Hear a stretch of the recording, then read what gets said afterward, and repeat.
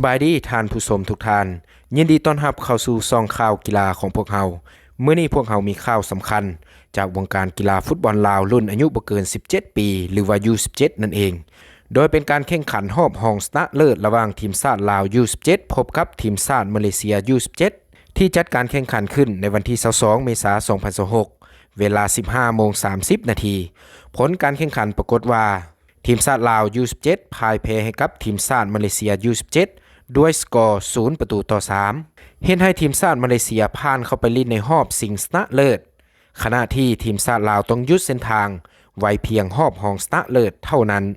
สำหรับ3ประตูของทีมชาติมาเลเซียเกิดขึ้นจากมิสเตอร์ยูซัฟในนาทีที่7เป็นการขึ้นนำไวตั้งแต่ต้นเกมต่อมาทีมชาติมาเลเซียได้ประตูขึ้นนำอีกในนาทีที่11เป็น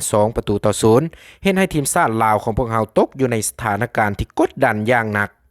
และประตูปิดท้ายเกมในนาทีที่58จากมิสเตอร์มูซากิฟยืนยันชัยชนะให้กับทีมชาติมาเลเซียอย่างสมบูรณ์ก่อนเกมนี้ทีมชาติลาว U17 ของพวกเราถูกคาดหมายว่าจะสู้ได้อย่างสูสีเนื่องจากผลงานที่ผ่านมาของทีมชาติลาวของพวกเราถือว่าดีพอสมควรโดยสถิติได้บอกแล้วว่าลาวมีเกมที่ยิงเกิน 2.5 ประตูถึง9ใน10นัดและทั้ง2ทีมยิงประตูใดใน6จาก7นัดล่าสุดขณะทีมชาติมาเลเซียก็มีสถิติการเป็นฝ่ายยิง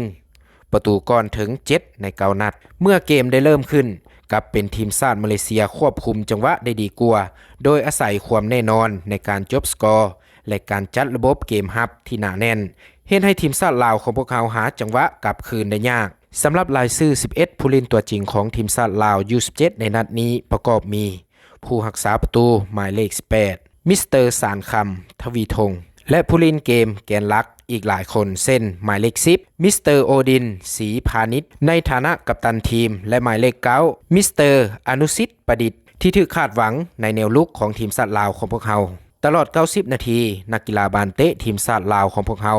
พยายามอย่างยิ่งและได้มีความพยายามอย่างเต็มที่มีหลายจังหวะที่สร้างโอกาสได้ดีแต่ขาดความคมในจังหวะสุดท้ายและในขณะที่ทีมชาติมาเลเซียใช้โอกาสบ่ได้หลายปานใด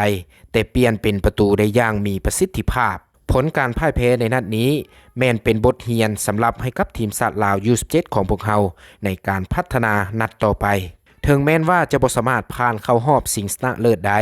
แต่ประสบการณ์จากการแข่งขันในระดับสูงแบบนี้จะเป็นรากฐานสำคัญสำหรับอนาคตแฟนบ้านทีมชาติลาวหลายคนได้ส่งกำลังใจให้นักกีฬาสุดนี้พอเห็นถึงความทุ่มเทและความพยายามตลอดการแข่งขันทุกคนเชื่อว่าถ้ายังรักษาการพัฒนาแบบนี้ต่อไปอนาคตของบานเตะทีมชาติลาวของพวกเราจะสดใสอย่างแน่นอนส่วนทางทีมชาติมาเลเซีย U17การเข้ารอบชิงชนะเลิศในครั้งนี้สะท้อนให้เห็นถึงคุณภาพของระบบพัฒนาเยาวชนและการกะเกียมทีมที่ดีพวกเขาจะกลายเป็นอีกหนึ่งทีมที่น่าจับตาในรอบชิงชนะเลิศอย่างแน่นอน